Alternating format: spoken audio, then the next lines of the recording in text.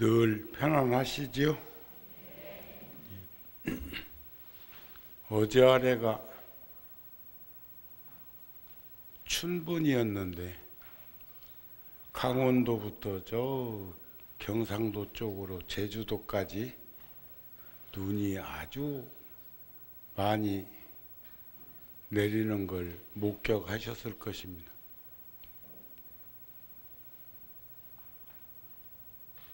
봄에 무슨 눈이냐 이렇게 말할지 모르지만 기압골 현상에 의해서 천지음양은 그렇게 신비로운 조화를 이루는 것이 아닌가 싶습니다. 오늘은 부처님께서 2642년 전에 이 땅에 오셨다가 29세 되시던 오늘 출가를 하셨습니다. 이제 지금쯤이면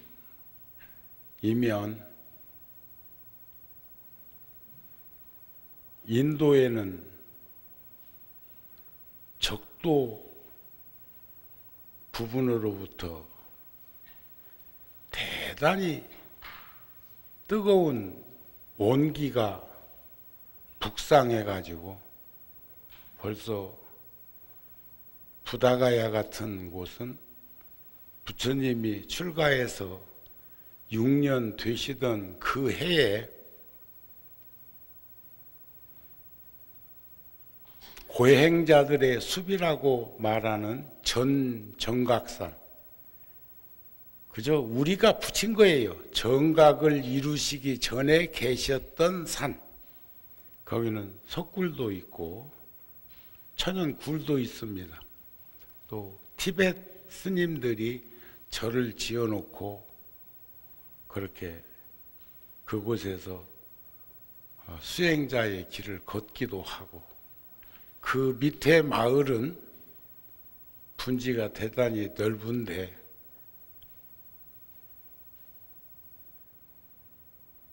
전정각산에서 이래가지고는 안 되겠다 싶은 그 마음으로 마을로 내려와서 소치는 여시가이로부터 수자타라고 하는 처자로부터 유미죽 한 그릇 얻어 잡수시고, 그러니까 유미죽이란 디들방아를 찍고 쌀이 부서진 것을 우유하고 타서 끓인 것이 유미죽입니다. 유미죽.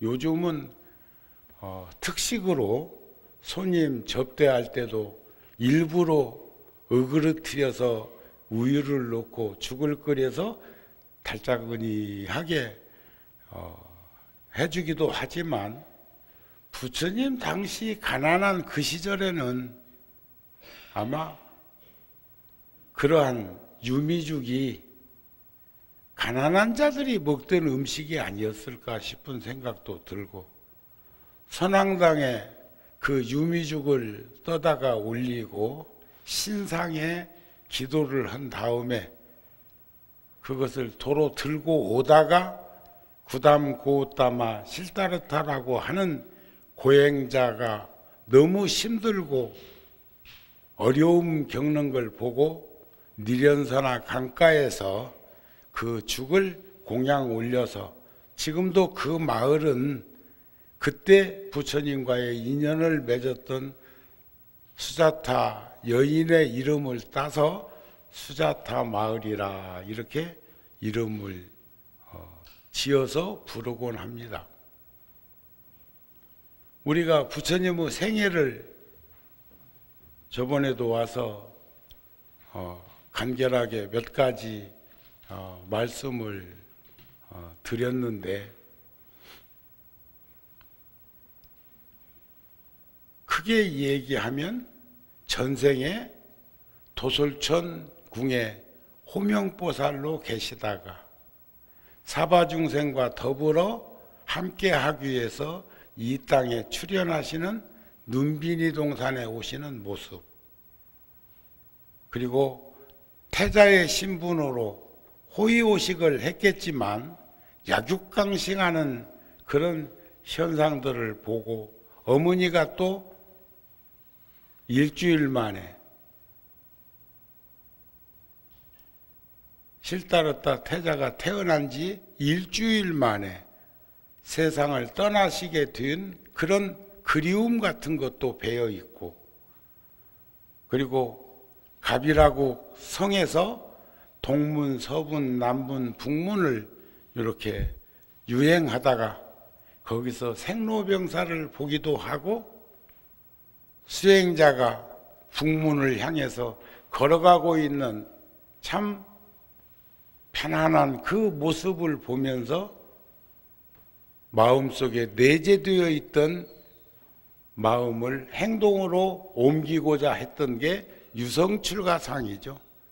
깊은 밤에 아무도 없는 틈을 타서 성 밖으로 나가서 입었던 태자 복장은 마부에게 벗어주고, 천민이었던 마부가 입었던 옷을 바꿔 입고 머리를 손수 자르고, 그리고 출가자의 길을 걷기 시작한 것이 바로 29세 되시던 오늘 밤에 있었던 일이다. 이렇게 보시면 이제 되겠습니다.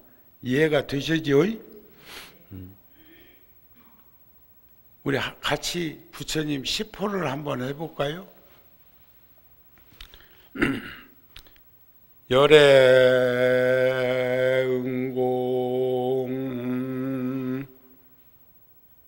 열애응공 정명지 명행족 선서세간에 무상사 조장부 천인사불세존 이시이니라. 정우 스님도 어렸을 때 아명은 아이 때 불렀던 이름은 현종이에요. 현종이. 또 호적에는 정근이요. 개근이 아니고 정근. 근데 이제 정자는 조정정자입니다. 뭐 정치를 하라고 그랬는지 어느 곳에서 중심이 되어서 살라는지는 모르겠지만 그게 돌림자예요. 그 다음에 절에 와가지고는 정발산한테 정자, 정상정자, 이마정자, 이마정, 또는 법정 스님 할 때 정자도 그자 씁니다. 어제 아래 인도 대사님이 총무원을 원장 스님을 방문했는데 중국말을 아주 유창하게 하더라고요. 중국에서 대사관에서 7년 있는 동안에 중국어를 섭렵한 거예요. 한국에는 대사로 와가지고 있는 동안에 지금도 매일 틈틈이 한국어를 하고 있어. 한국말도 아주 유창하게 잘 하는데 서로 명함을 주고받았는데 한문으로 적혀져 있는 그 불명을 보면서 해석까지 하더라고요. 해석. 이제 중국말로는 띵위, 정우 스님을 띵위라고 불러. 띵위. 띵호화 할 때. 그러는데 지부자든 지부자. 저는 그 이름값 하려고 절 지은 건 아니에요. 살면서 그런 인연이 닿아서 이곳저곳에 절을 세우고 부처님을 모셨는데, 구룡사도 열애사도 주불이 가운데 계신 부처님이 비로자나 부처님, 옛말에 손오공이가 신통조화를 그렇게 변화무쌍하게 부려도 부처님 손바닥을 벗어나지 못한다 하는 말은 부처님 손바닥은 비로자나 부처님 손바닥이.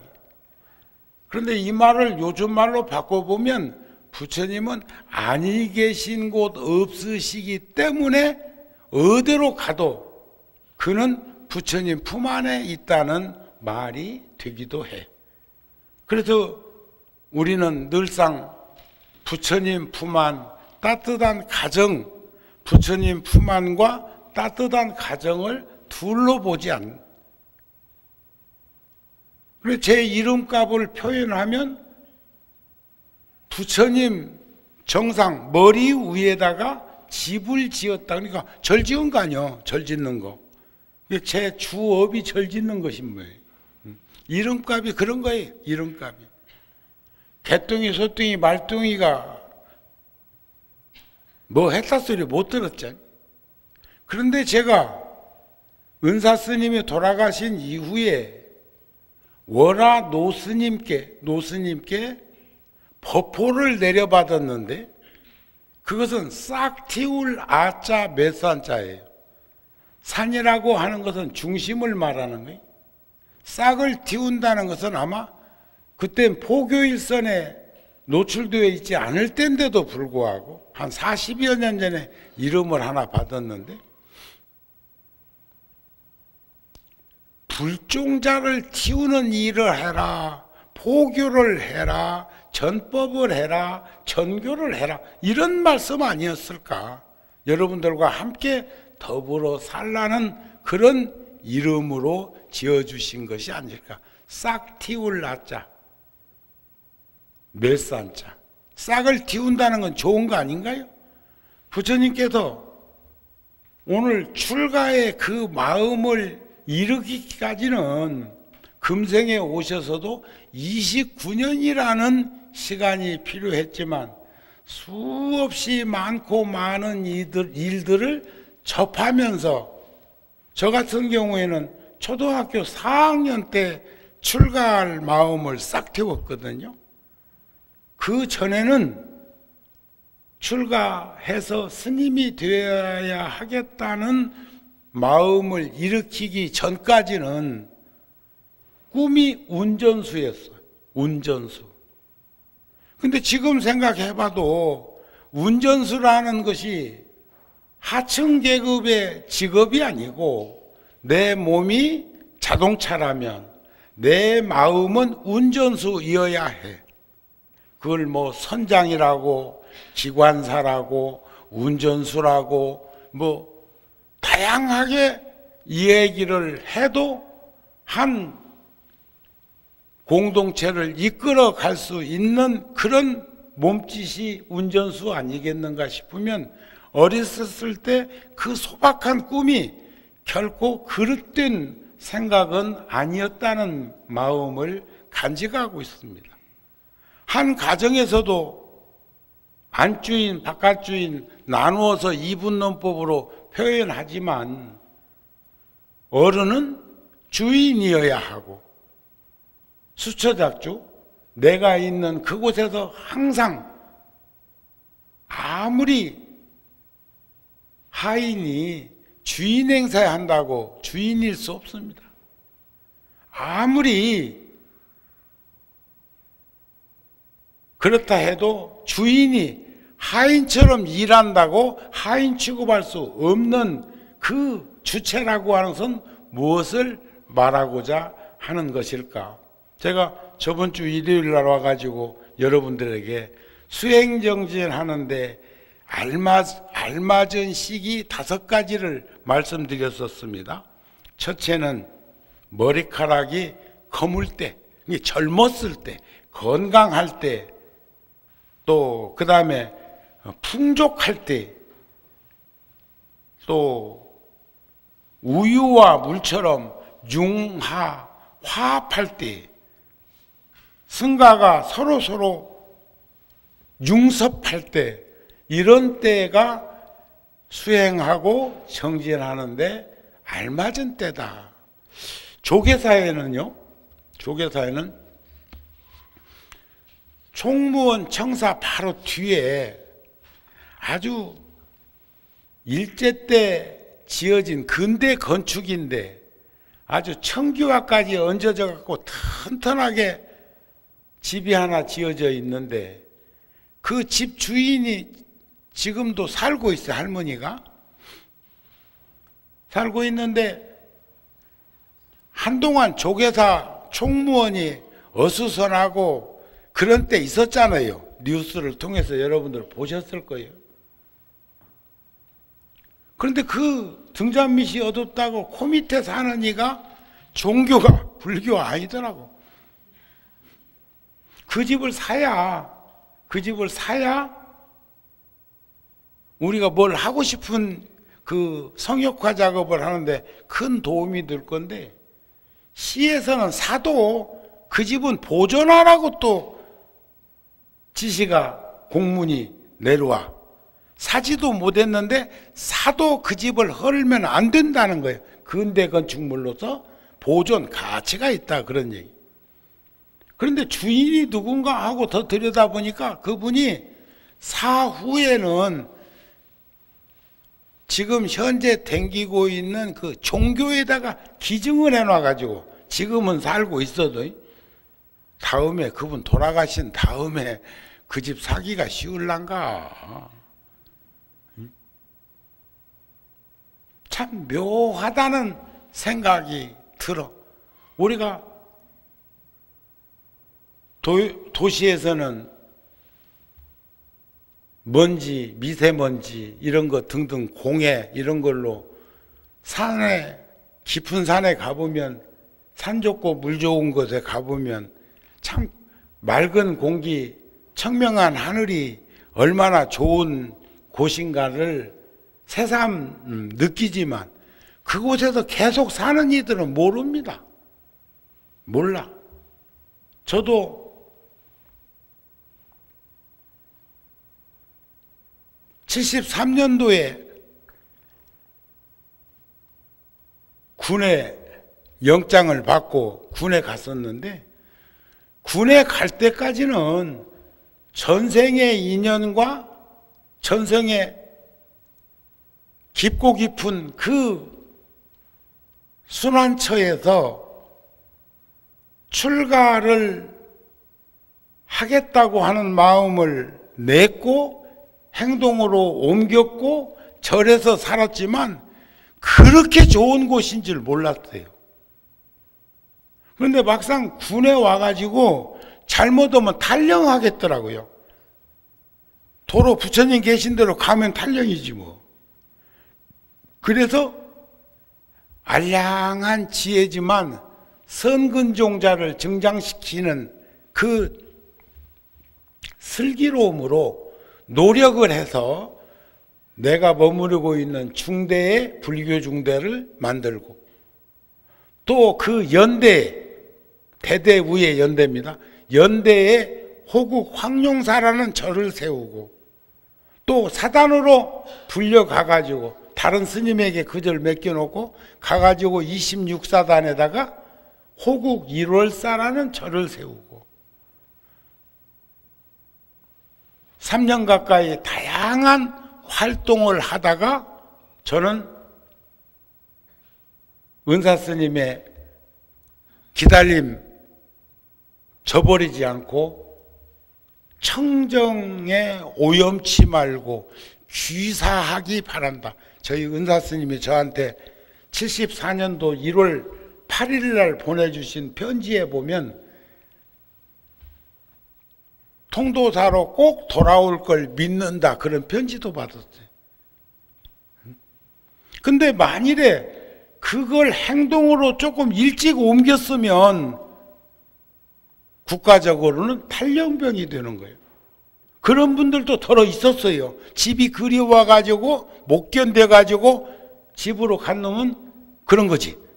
저도 절이 그렇게 좋고 승가 공동체가 그렇게 편안하고 넉넉할 줄 꿈엔들 생각했겠냐고. 다만 이산해연선사 발언문처럼 아이로서 출가하여 귀하노니 총명하고 말과 뜻이 진실한다고 하는 염원에 의해서 그 어린 나이에 출가자의 길을 걷게 되었지만 그렇게까지 절박하게 좋은 줄은 몰랐다.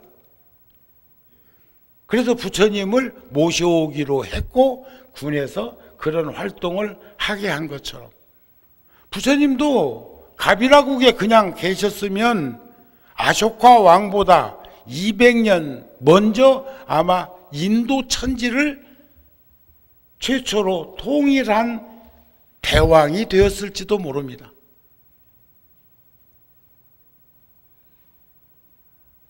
부처님은 법륜왕인데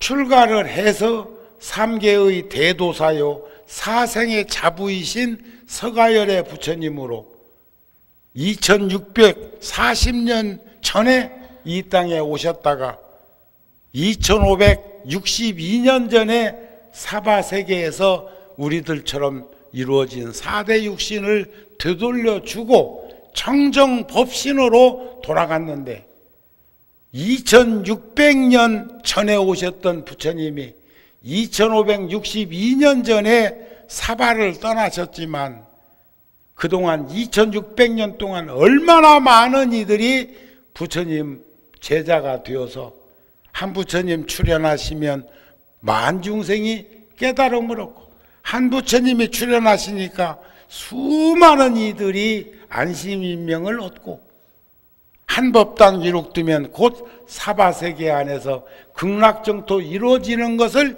몸소 보여주셨던 부처님. 저는 아마 지구상에서 가장 부자가 땅 부자는 부처님 같아. 땅 부자. 응? 한번 생각해 보세요. 부는 3대 가기가 어렵다고 하거든요. 3대. 물론 저 경주에 최부자 같은 분도 계셨지만 3대 가기, 3대는 100년입니다. 100년. 한 100년 동안 지키기 어렵다는데 부처님은 2600년 동안 세계 각국의 수많은 사부 대중으로부터 더불어 지금도 끊임없이 이와 같은 일들이 이루어지는 그 복과 덕과 지혜를 누가 거기다 견주어서 표현할 수가 있겠는가 그런 말이에요. 참 부처님께서 출가하셔가지고 수자타 그 처자로부터 유미죽 한 그릇 얻어 잡수시고 여러분들은 죽 한 그릇 먹고 어떻게 몸을 회복했을까 이런 생각하실지 모르는데 제가 젊은 시절에 한 20년 이상 90kg 이상 90kg이면요 근수로는 150근이요. 시골에서 동네 잔치할 적에 돼지를 잡을 때 그래도 150근 이상 나가는 거 잡아야 동네 잔치 한다는 말을 어렸을 때 어설프시 들었는데 제가 20년 넘게 90kg 넘는 그 몸뚱아리를 요즘은 뭐 스님들 가운데 100kg 내 주변에도 성견 스님도 아마 100kg 넘을걸?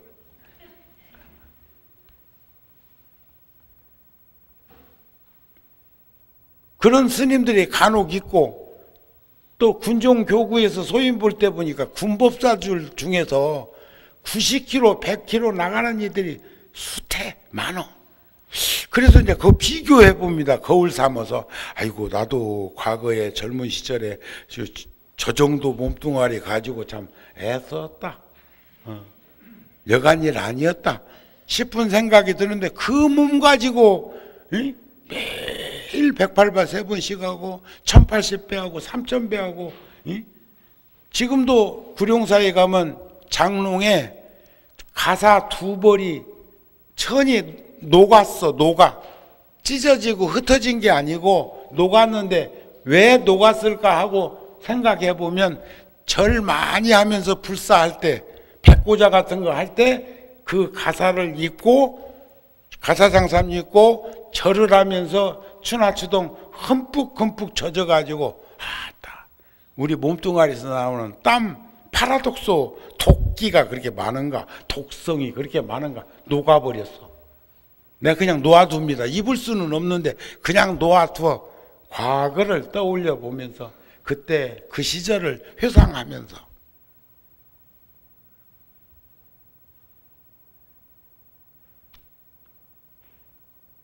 여러분들도 지나온 시간 되돌아보면 그런 저런 수없는 상념에 사로잡힐 때 있지요? 그러시지요? 그러는데 한번 생각해 보세요. 단식을 하면 한 열흘 보름 정도 단식하면 한 10kg 빠지는 건 일도 아닌데 그건 그 일에 돌아와 버려. 단식 끝나고 나서 한두 달도 안 돼도 또 도라미타불 그랬어.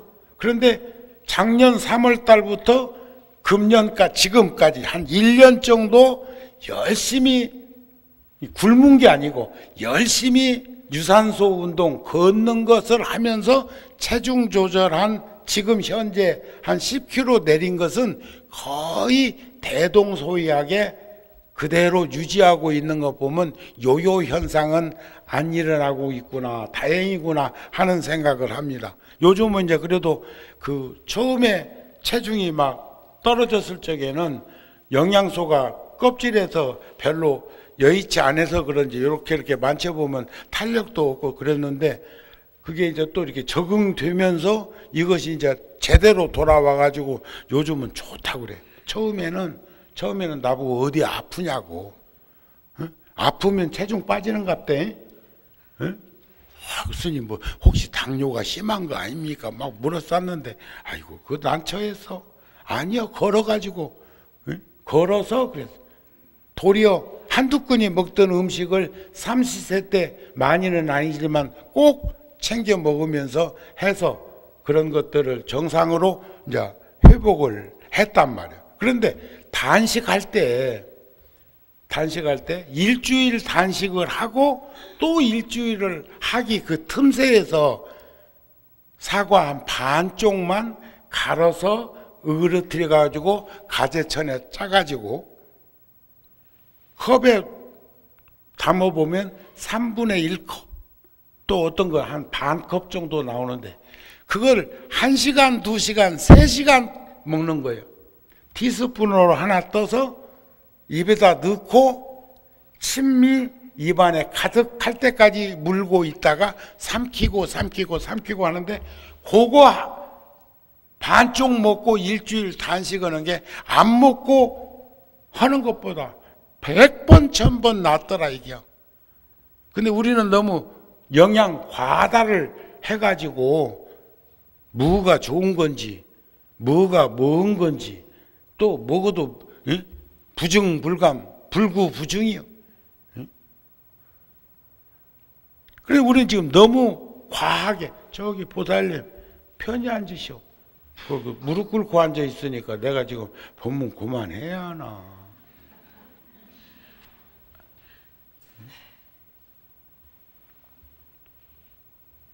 그런데 부처님도 6년 동안 고행자의 그 길을 걷고 훗날 수료하시는 회상하시는 내용이 경전에 나와요.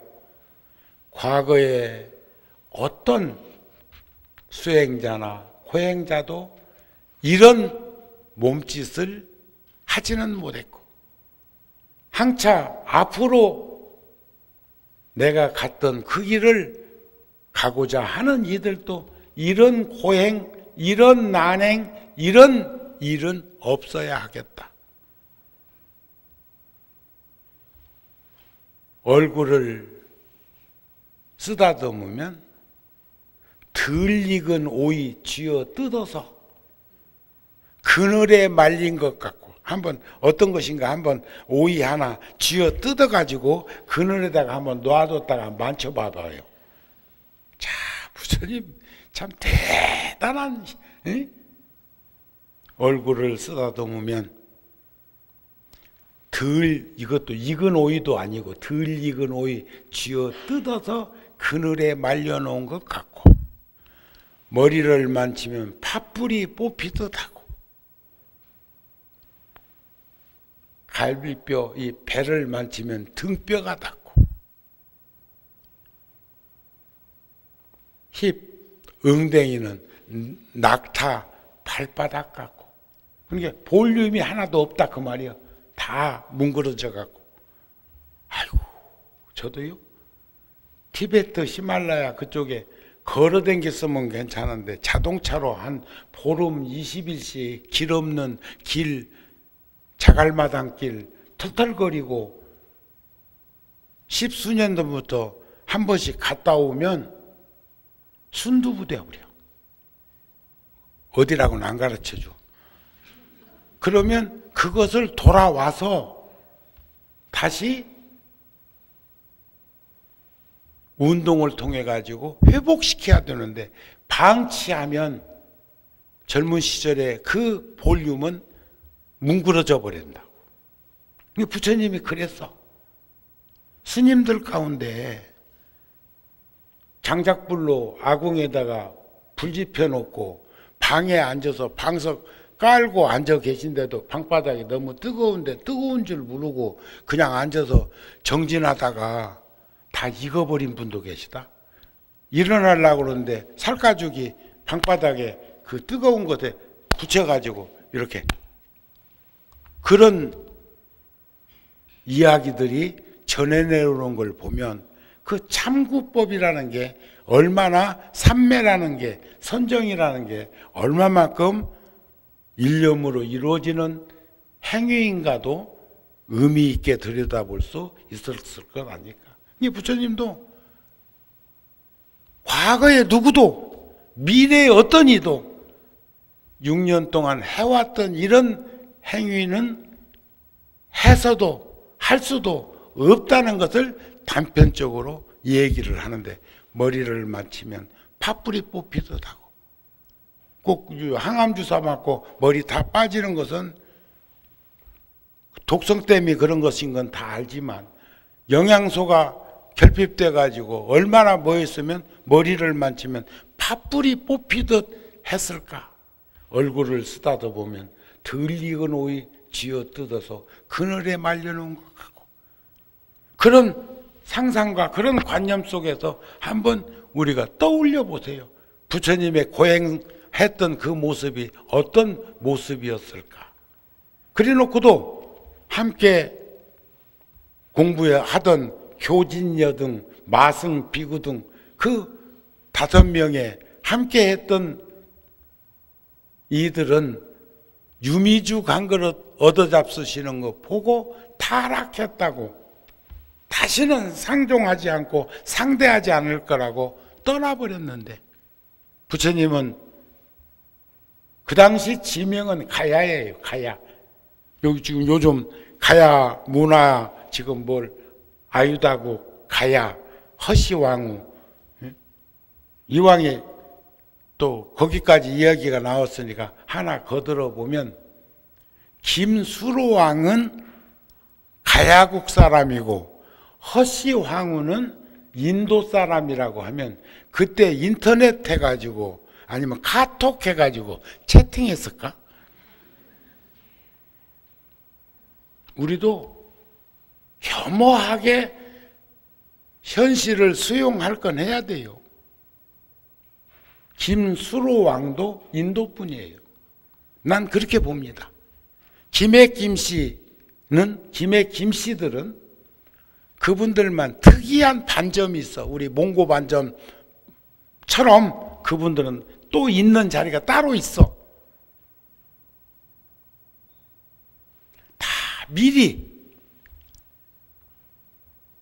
먼저 와서, 그러니까 그때도 2000년, 2200년 아쇼카 그 시대에도 벌써 교류가 있었다 소리예요. 우리는 지금 불교사를 1700년으로 보고 있는데 아니야. 부처님 당시에 이미 부처님의 제자들 가운데 부처님이 설하신 가르침을 전하기 위해서 세계 만방 곳곳으로 갔을 거라는 게 정론입니다. 저 길을 떠나자. 처음도 좋고 중간도 좋고 끝도 좋으니 조리 있는 말로 알아들 수 있도록 살아자. 갔던 길로 되돌아오지 말고 두 사람이 함께 가지도 말자. 모든 이의 이익과 안락과 행복을 위해서 길을 떠나자. 나도 우르벨라 병장촌 고행자들이 있는 곳에서 법을 설하리라. 어렵고 힘든 교만에 차있고 암만에 차있고 증상만에 차있고 한 그 고행자들이 버글거리는 그런 시장통 같은 데에 가가지고 법을 설하기 위해서 부처님이 옛날에 같이 있었던 이들을 향해서 가셨던 그런 모습이 모든 제자들이 처음도 좋고 중간도 좋고 끝도 좋은 알아들을 수 있도록 조리 있는 말로 한마디라도 전하자고 하는 전법 선언이 부처님 당시에 이미 전개된 것을 우리는 목격할 수가 있습니다. 그러니까 김수로왕도 김자가 금자예요. 금은보할 때는 금입니다. 문물이라는 말이요. 문물을 인도 문물을 가지고 먼저 와서 가야. 부처님이 정각을 이루신 곳이 가야예요. 그래 부처님이 계셨다 해서 부다가야예요. 붓다가야. 부다가야. 그리고 그 물고기 형상 또 허씨왕후 무덤 묘 앞에 능 앞에 있는 그 돌탑이 하나 있는데 그 돌탑에 돌가루를 삼국유사에 보면 돌가루를 내서 그 돌에 돌가루를 내서 닭벼슬에 피를 섞으면 물이 돼요. 우리나라 돌은 응고되는데 유일하게 그 돌에서 돌가루와 닭벼슬의 피를 합성하면 물이 된다. 응고되지 않고 그런 기록문에 있는 그 돌이 우리 돌이 아니고 인도 아요다국 허씨왕후 고향 공주로 있었던 그곳의 나라의 돌을 떠나올 때 가져왔다는 것. 이런 것들도 의미 있게 우리가 들여다볼 수 있는 것 아니겠느냐. 이런 말씀입니다.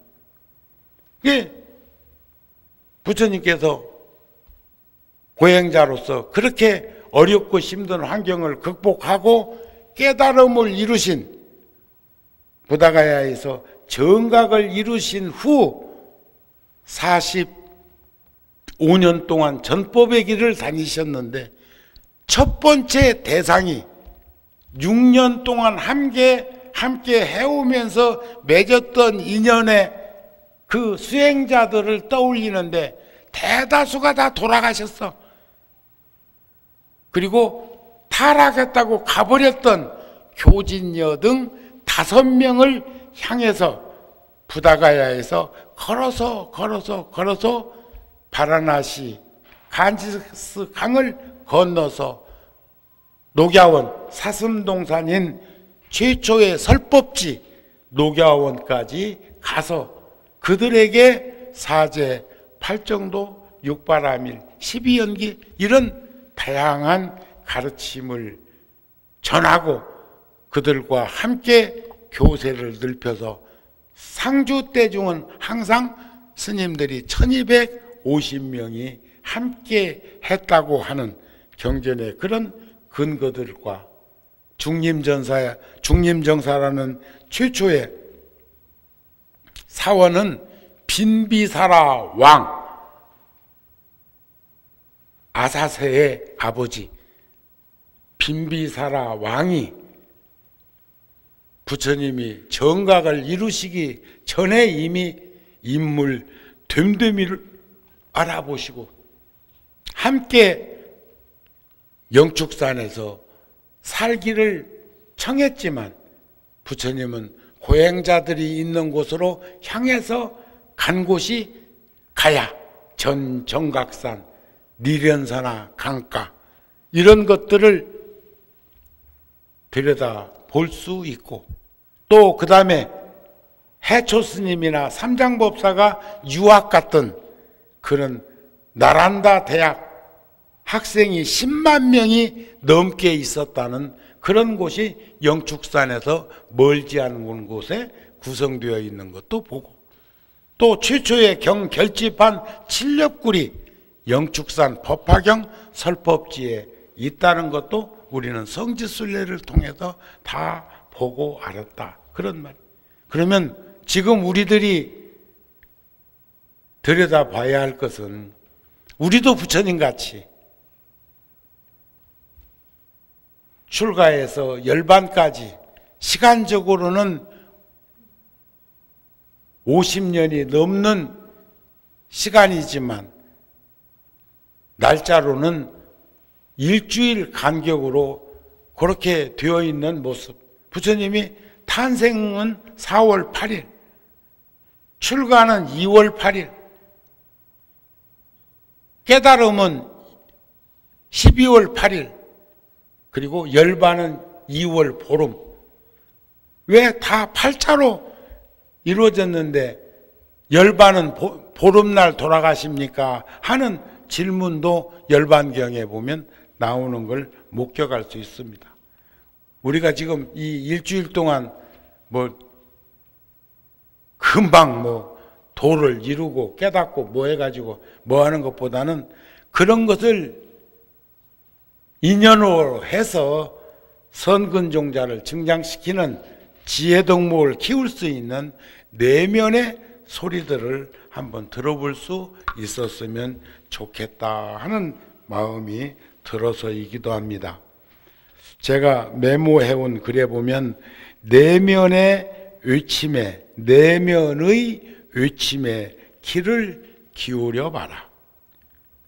그대의 내면 아주 깊은 곳에 있는 그것을 향해 뻗어나갈 수 있도록 스스로를 놓아주어라. 스스로를 놓아주어라. 붙들지 말고 놓으래요. 끝도 없고 고갈되지도 않는 그대의 재능과 능력, 그리고 지혜의 창고, 저장소가 내 내면에 있다.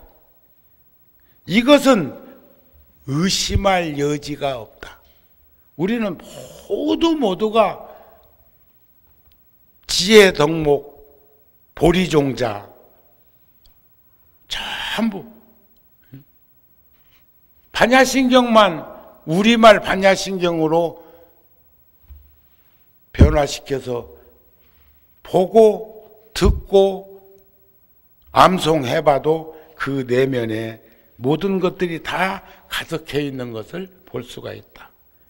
그것을 우리는 명상이라고도 하고, 그것을 열애선, 묵조선 또는 조사선, 관화선 또는 위파사나 선, 또 사마타 선, 어떤 말로 해도 선정삼매와 반야지의 경계를 벗어나지 않는 내면에서 우리는 그 소리를 들을 수 있도록 해야 할 것입니다. 그러기 위해서는 그 연기되어지는 인연법을 상기해야 합니다. 전에도 한번 말씀드린 적이 있었는데, 틱락한 스님 글에 참 편안한 내용이 있죠. 그대가 꽃과 나무에 물을 줄 때 그것은 지구 전체에 물을 주는 것과 같다. 그대가 꽃과 나무에 말을 거는 것은 그대 자신에게 말을 거는 것이다. 우리는 이 세상의 모든 것들과 연결되어져 있다. 우리는 무수한 시간 동안 함께 존재해 온 것이다. 우리는 혼자 살 수 없는 세상이기도 하지만 상의 상관성 속에서 전부 다 연결되어져 있는 그런 깊은 인연이 있는 것을 우리는 볼 수 있었으면 좋겠습니다. 그러시죠? 우리 다 연결되어 있죠? 연결 안 될 리가 없어. 다 연결되어 있어. 그러기 위해서는 무탄트 메시지라고 하는 글에 보니까 나는 먼저 나 자신을 용서해야 한다. 여기서 용서라는 건 무슨 큰 죄를 지고, 지금 이명박 대통령에 대해서도 그 정치인들이 한마디씩 하는데 여당이나 야당이나 무슨 당만 빼놓고는 첫 마디가 대표가 참담하다 이랬대. 참담하다. 그래 놓고는 용서를 구하라. 솔직히 털어놓고 국민에게 용서를 구하라 그랬대요.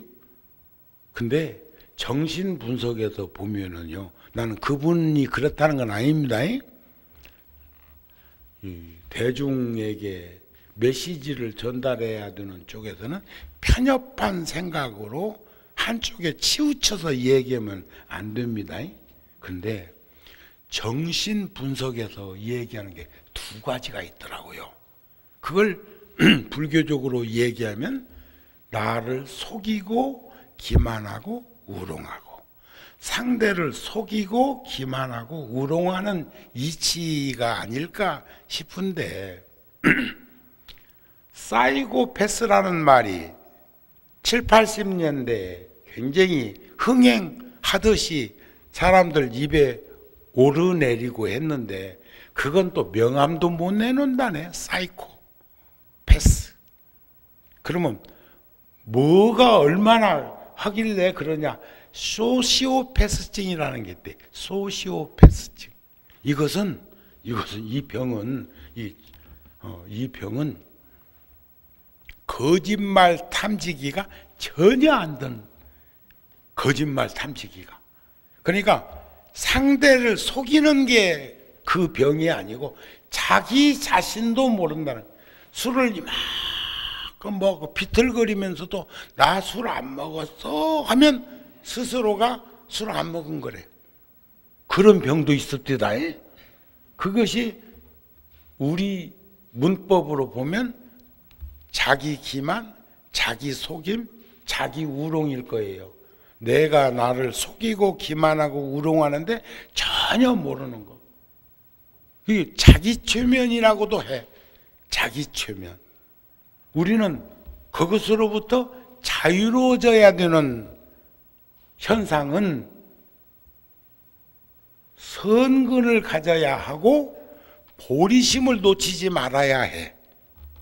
그래야 그러한 것에 우리는 떨어지지 않는다는 것을 알았으면 좋겠다. 이런 말씀이 아닐까 싶습니다. 아셨습니까? 아셨습니까? 그러니까 먼저 나 자신을 용서하라는 말은 나 자신을 사랑하라는 말이기도 합니다. 자신을 비난하지 말고 지나간 일들로부터 배워야 한다. 그러니까 부처님 말씀 중에 그런 말씀이 있어요. 모르고 짓는 죄가 가장 무겁다. 모르고 짓는 죄. 우리가 실수도 할 수 있고 범할 수도 있는데 그게 중첩에서 중복돼서 반복되면 무기력, 불감증 이런 것들이 막 난무한다는 거예요. 어제 산 것처럼 그냥 오늘 살고 오늘 산 것처럼 내일 살고 그렇게 살다가 그냥 그러다가 그냥 그렇게 가지 뭐 이런 식의 불완전하고 절대로 우리 불자들은 사바세계 오타각세에 노출되어 있기 때문에 잘못할 수는 있지만 이참 사참 몸과 마음으로 참여하는 것은 부끄러운 줄도 알고 이런 것들이죠. 드러낼 줄도 알고 이게 뭐 까발리라 이런 게 아니고 우리는 자신을 비난하지 말고 그러면 나 자신을 비난하지 말고 남 비난하고 이런 게 아니고 지나간 일들로부터 취사선택할 수 있는 불사선 불사학이니까 이런 것들을 잘 배워야 한다. 내가 남을 받아들이고 상대를 받아들이고 다른 이한테 진실해지고 다른 사람을 사랑할 수 있으려면 먼저 나 자신부터 받아들이고 나한테 진실해지고 나 자신을 사랑해야 한다. 그것이 얼마나 중요한 일인가는 참 사람 부족이 내게 가르쳐주고 있다. 나 자신을 사랑해야 되고 그것이 얼마나 중요한 것인가를 참 사람 내게 부족한 것이 내게 가르쳐준다. 그런 거예요. 그러니까 나 자신을 용서하는 사람이 다른 사람도 원망을 원망으로 갚으면 원망은 쉼이 없나니 원망하는 마음을 내가 쉬어야 바로 원망은 사라진다는 거예요. 나 자신을 용서할 줄 모르면 절대 다른 사람도 용서 못하고 진정으로 나를 사랑하는 사람이 다른 사람도 사랑할 수 있다. 그런 말이 아닐까 싶습니다. 그래서 살다 보면 실수도 할 수 있고 이런저런 허물도 있기 마련이지만 그런 자기 자신을 용서하지 못하면 한 걸음도 나가지 못하고 백척간도에서 진일보할 수 있는 확신과 믿음은 영원히 그림자처럼 석양의 그림자처럼 멀어질 것이다. 석양의 그림자는 한 걸음 뛰어서 그림자를 쫓아가면 그 한 걸음은 또 멀리 달아나는 일들을 우리는 주변에서 보고 있지 않느냐 하는 말이. 그래서 어쨌든지 부처님 제자로서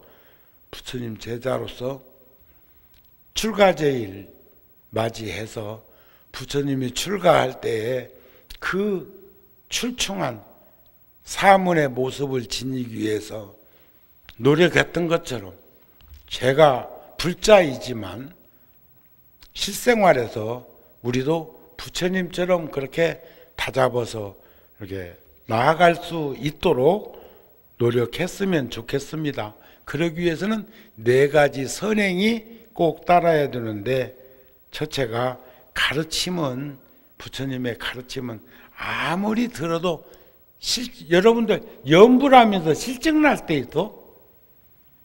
경전 보다가 실증 날 때 있어? 아니 그러면 잘 몰라도 반야신경 하다가 하기 싫은 적 있어? 그때는 덮어. 아무리 들어도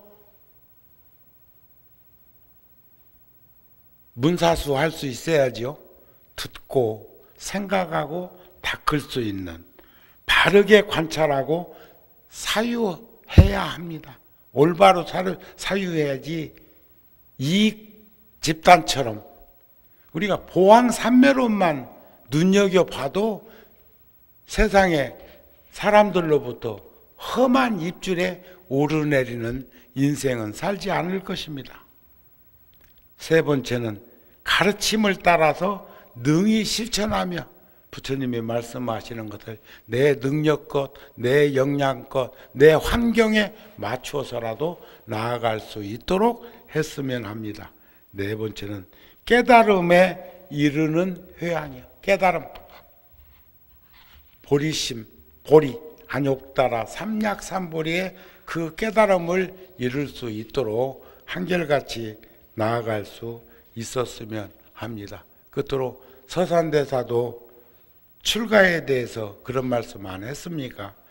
출가해서 수행자가 되고 제가불자가 되어서 실생활에 부처님의 가르침을 접목하고 사는 것이 어찌 작은 일이겠느냐 하는 말씀을 하신 것처럼 우리 모두 생활 속에서 그렇게 살아갈 수 있도록 노력하면서, 그리고 또 이렇게 성도 제일이나 또는 출가 제일이나 또는 열반 제일이나 또는 부처님이 탄생하신 그런 4대 명일 같은 때 한 번씩 다잡아서 더 견고한 신심을 기울 수 있고 진지한 삶의 현장에서 우리가 모범이 될 수 있도록 했으면 합니다 하는 말씀으로 오늘 법문 마치고자 합니다. 성불하십시오.